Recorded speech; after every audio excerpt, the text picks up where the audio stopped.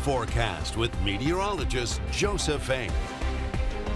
Good morning, everybody. 5:47 now, and taking a look at your forecast to kick off our Monday and our work week here. We've got clear conditions outside of the sky cams this morning. It's a quiet start to the day, maybe a little bit of a breeze hanging around at the surface in a few areas, with temperatures down in the mid-30s. Oakdale and DeRidder are the coolest. They may drop just enough to see a little bit of patchy frost before the sun comes up, but most of us are a little bit warmer, largely into the low 40s and all the way closer to 50 degrees if you're down by the coast in Cameron at 48. And in general, dew points are a handful of degrees lower than the surface temperature for most of us. That is going to cut down on the potential for damp conditions out the door. And of course, that means better conditions for visibility. Not really concerned about patchy fog this morning, and that shouldn't be causing any weather-related delays for your traffic.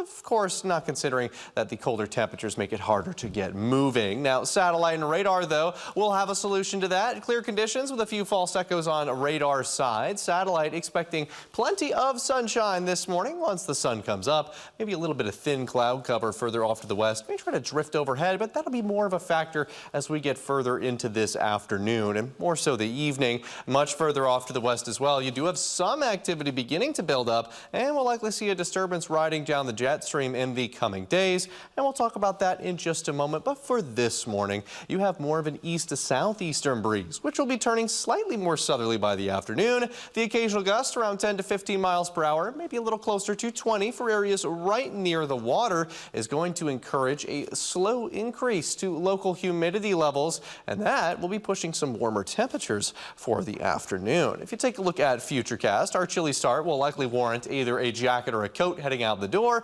and you could hang on to it for at least a few hours. Sunshine will help, but it's likely to see us back in the upper 50s to around 60 degrees for lunchtime. This afternoon quickly jumps up into the middle to even upper 60s out there for the back half of the day. You could briefly push into the low 70s range, but some of that will depend on how much shade you start to get from cloud cover drifting in from the south and west at the mid to upper level. Now, that's not going to come with any rain chances just yet, but extra cloud cover and higher humidity is going to keep temperatures warmer overnight. Now, the door on Tuesday, I wouldn't expect it much cooler than the 50s for most of our area, which means no more patchy frost concerns out there. Now, let's look at the bigger picture here, where it does look like the first of several little disturbances is starting to ride down the jet stream, and that will be bringing some rain chances back to the area.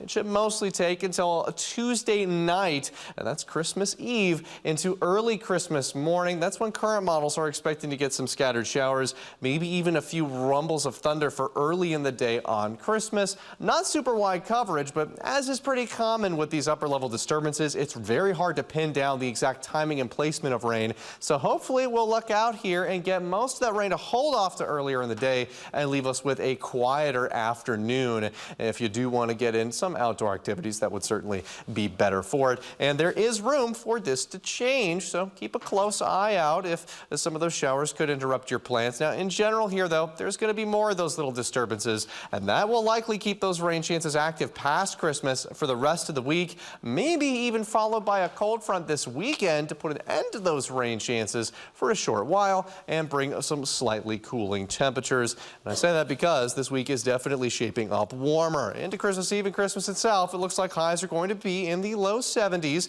with lows closer to 60 overnight all the way till this next weekend. So maybe shorts and a t-shirt kind of Christmas this time around. So maybe Santa's got a few Aloha shirts handy.